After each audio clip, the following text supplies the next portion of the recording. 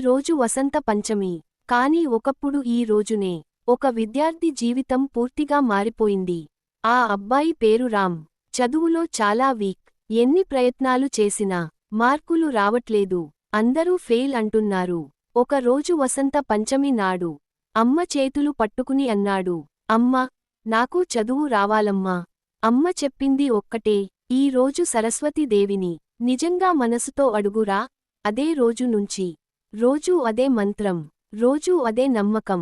నెమ్మదిగా చదువులో మార్పు. కొన్ని నెలల్లో అదే రామ్ క్లాస్ టాపర్ అయ్యాడు. ఈ కథ నిజం కావచ్చు, కాకపోవచ్చు, కానీ నమ్మకం నిజం.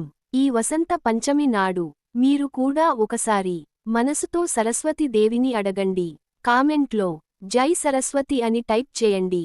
రామ్ దీపం వెలిగించాడు.